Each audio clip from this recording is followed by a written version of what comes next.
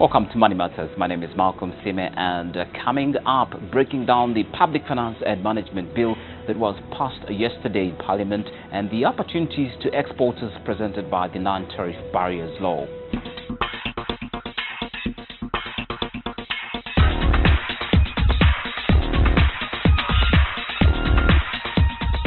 All right, Mr. Ndo, it's very nice to have you on the show. Money Matters, you're most welcome. Thank you, Charles. Very good. You come from Kenya Ports Authority. You're actually the leader at Kenya Ports Authority. Give us a digest, and I know a number of people in Uganda would like to know the developments that you're having there. You know, simple digest of what you're doing and the key developments that you are pursuing at the moment. Thank you very much, Charles. Yes, you're right, we are here. We are here as a way of saying thank you to our business partners from Uganda. And largely, one of the reasons why we are here is also to try and explain where we are with regard to business growth and facilities that we have in place. Let me say, firstly, thank you very much, because through our efforts, we've been able to increase the levels of traffic through the port of Mombasa. Okay. For example, in the year 2014, we recorded at 24.875 million tons compared to 22.3 million tons the previous year. In the same year, we had a historic performance when we did over 1 million TEUs, 2040 equivalent units through our port, causing us to join the league of major players in the container business in the whole world. I hear you. Now, that's nice progress. On the cargo side, what is driving this growth? Largely, what has driven the growth of the business in the port is the growth in the port hinterland, largely the Great Lakes region. If you look at the rate at which the economies of these countries have been growing at, is in excess of 5%, which is way above the average rate of economic growth globally. So with this kind of growth, you expect increased incomes, and with increased income, you also expect heightened economic activities, which call for both importation, and on the same side, you also have some exports which feed into the importation of the cargoes.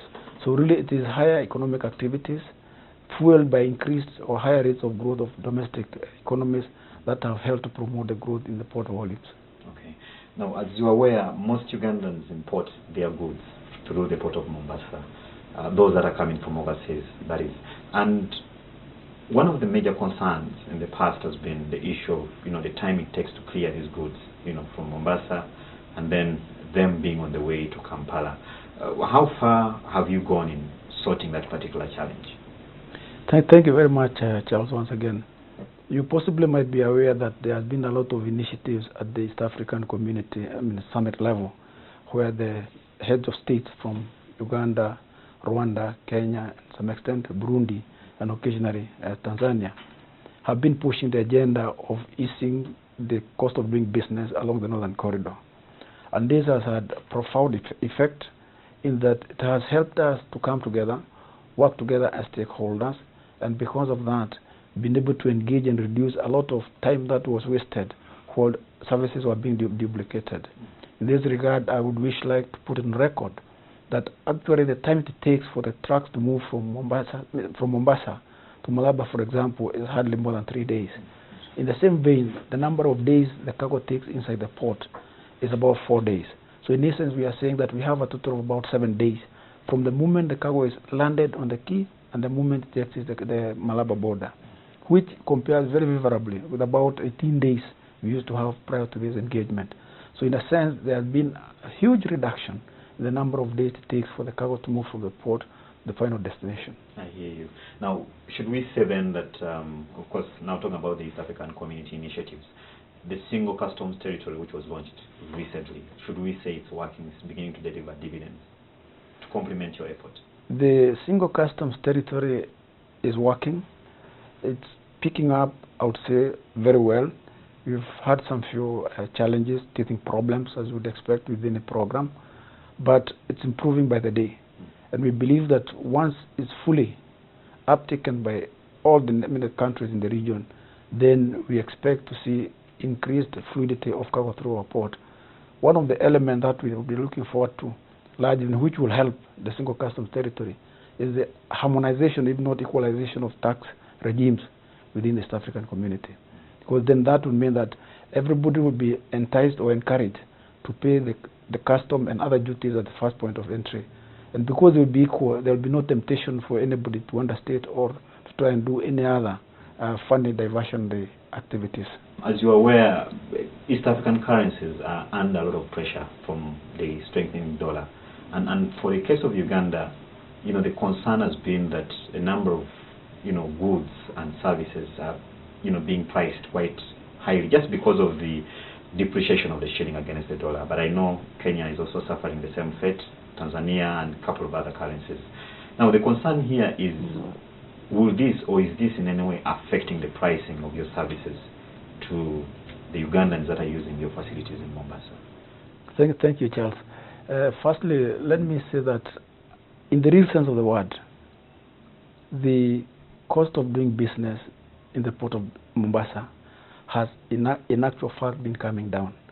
The last time the port reviewed the tariff was back in the year 2012, and since then has not adjusted the cost of handling any cargo within the port. And because the tariff is denominated in dollars, it means that the value of the money received by KPA in dollar terms has been decreasing at the rate at which the dollar has been suffering inflation in America. So by all means, the port itself loses value but has not tended to compensate itself by adjusting upwards. The same vein, and with regard to Uganda, for example, you find that the Ugandan cargo enjoys a preferential treatment when you compare it with the rates applicable to the Kenyan cargo. What am I saying? If, for example, you look at the cost of shore handling for 1 ton of cargo, it's $8 for a Kenyan, it is 6.5 for a Ugandan. If you look at the cost of the export, it is $6.5 for a Kenyan and it's $5 for a Ugandan. If you come to the container traffic, the Kenyan will pay $105 for 20-foot equivalent unit container, while the Ugandan will pay $85. So really, as you can see, the port has been very sympathetic to both users, local and domestic. Thank you for finding time. Thank you. Thank you, Charles. Thank you. So 3 major clauses within the Public Finance Management Act, which was passed yesterday in Parliament, and of course drew widespread concerns from experts, opinion leaders and the private sector. Talking about Section 83, which will allow the central bank to release out temporary loans to the central bank and local governments. Section 17 is also expected to offer leeway to ministries, departments and agencies to hold back and spend monies beyond the end of the financial year. More on this segment in Insight.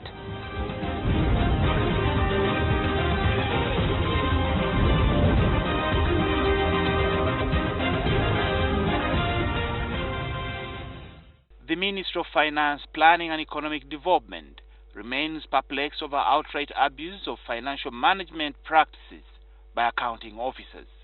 In respect of financial management, budget monitoring and audit reports continue to highlight weak compliance to financial regulations. There is evidence of misjudge of expenditures, wasteful expenditures, and an increase in audit queries.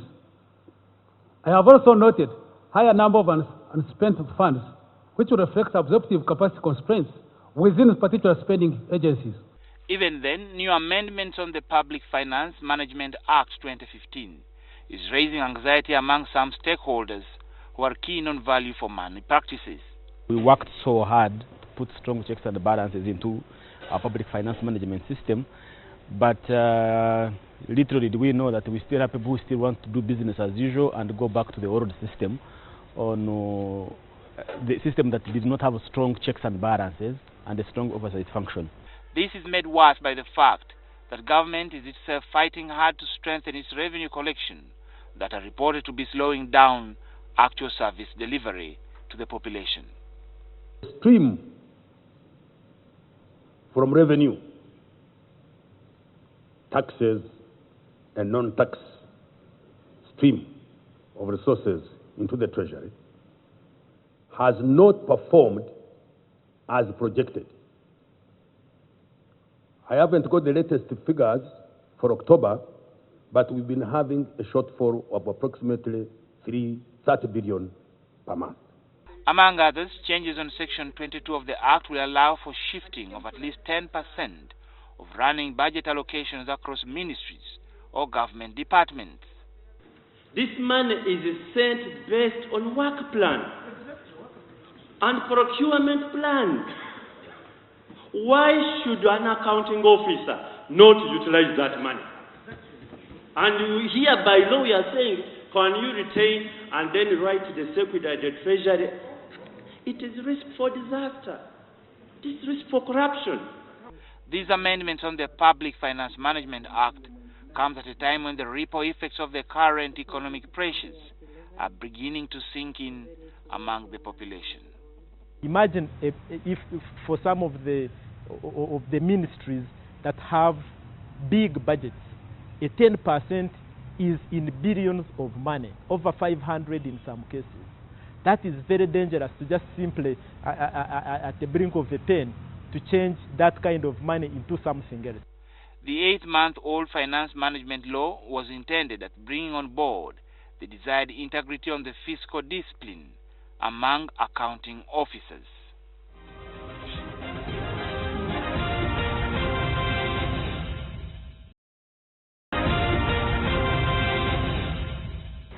So even with the Uganda Communications Commission no longer expecting unregistered SIM cards, some players in the market are still selling cards without registering those that buy them. The danger in this is that it makes fighting crime, especially terror, very hard. SIM card registration can facilitate the trying and tracking of bad elements in society. The ramifications of this practice in the country and the users is our focus on this segment.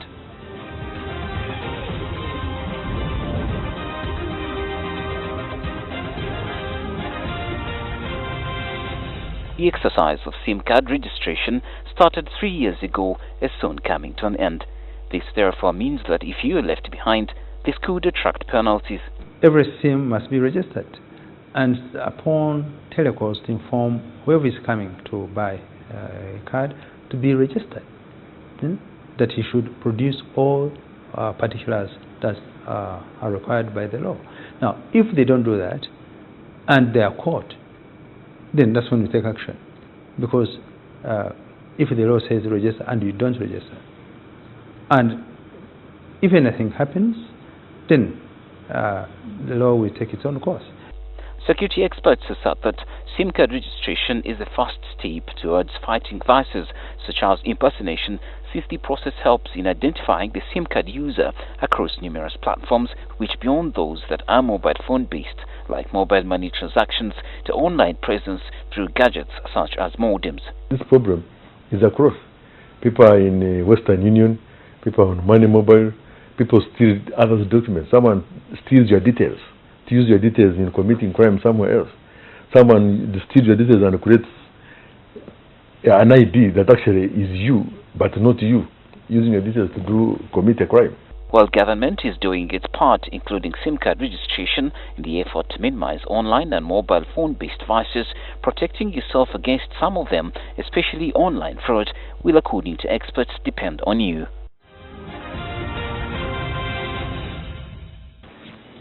So non-tariff barriers across East African states have been a major hurdle to regional business. Now with the law against non-tariff barriers already in place, will help you understand how you can partake of the relief it portends if you have regional business aspirations.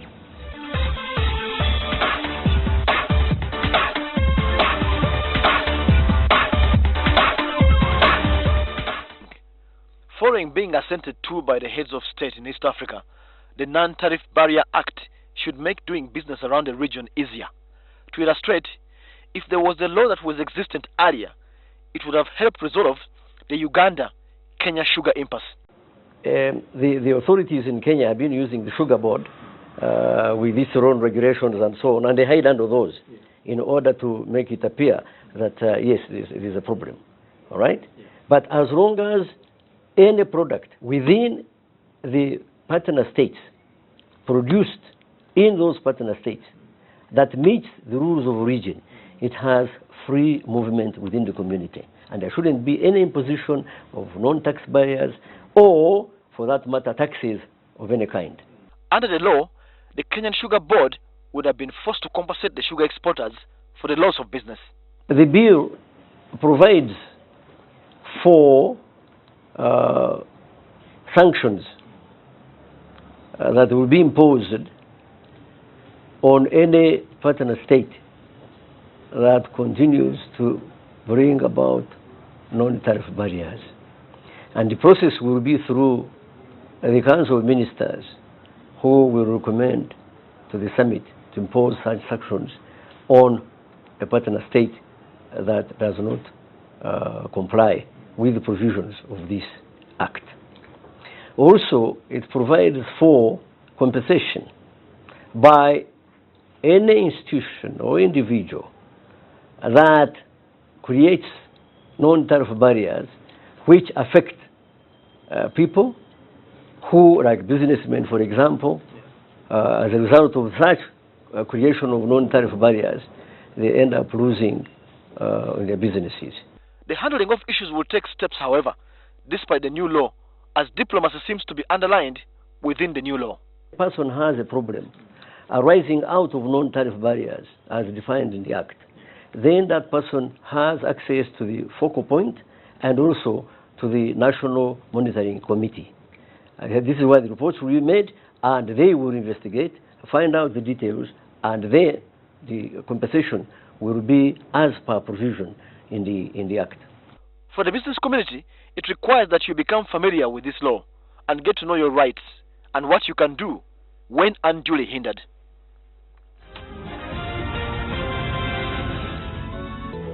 And now, this week's entrepreneur.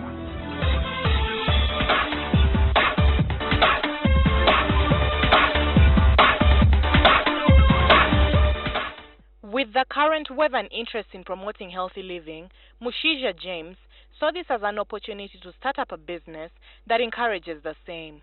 I'm doing 12 hectares of 12 hectares of stevia. That is natural sugar. We're trying to promote. My intention is to promote reduction of consumption of sugar that has got a lot of chemicals. So what are we looking at? We're looking at helping people, diabetic people and non-diabetic people, to eat healthy and drink. They like sweet things, then they take the right sweeteners. James' education background, however, is not one that suggested that he would end up on the path that he's on now. I'm a degree holder with an SCCA level 3, and at the same time I'm a certified financial analyst. However, having tried out his hand in his field of expertise and been unsuccessful, he opted to ride on his passion. After campus, I practiced. I did my accounting practice with Davidson Shutcliffe. Then from there I went into a hedge fund and also worked in a bank, but I also set up my own consulting firm. So my consulting firm picked up for around four years, and apparently when I was on the takeoff stage, one of my employees ran away with a lot of money, and that affected me. So instead of rebuilding back that, I realized I need to follow my passion. And with that, this agripreneur, as he likes to refer to himself, specializes in what he does today and even goes an extra mile to meet the needs of his clients. We distribute to our clients and their places of work. Basically, our main product, our main line of sales is through deliveries. Yeah, to ease work for most of our clients, because most of them, they're in offices. They really want these products, but they cannot have access to them. On whether the decision to go into this business has paid off, James asserts that it is not one that he regrets. Well, I've managed to lease 12 acres of land for 6 years, where I've grown my stevia, and I've leased more land where I'm yet to plant trees in Kasese, and I'm doing bee farming. That's what we call apiary. James now sees a future for his business, Nyumbani Fruits Bar and Cafe, beyond just Uganda, and has already set up a footprint in Nairobi and Kigali. For this budding and ambitious entrepreneur, having fallen several times and managed to get back up, the key to success in business is perseverance.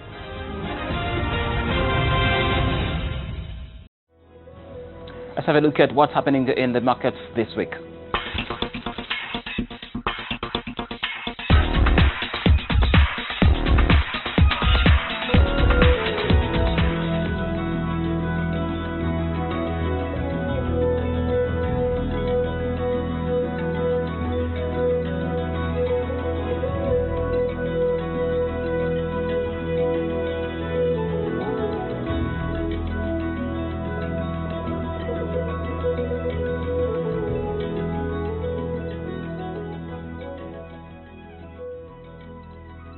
That's it this week on Money Matters. My name is Malcolm Sime. You can send us your feedback on the show.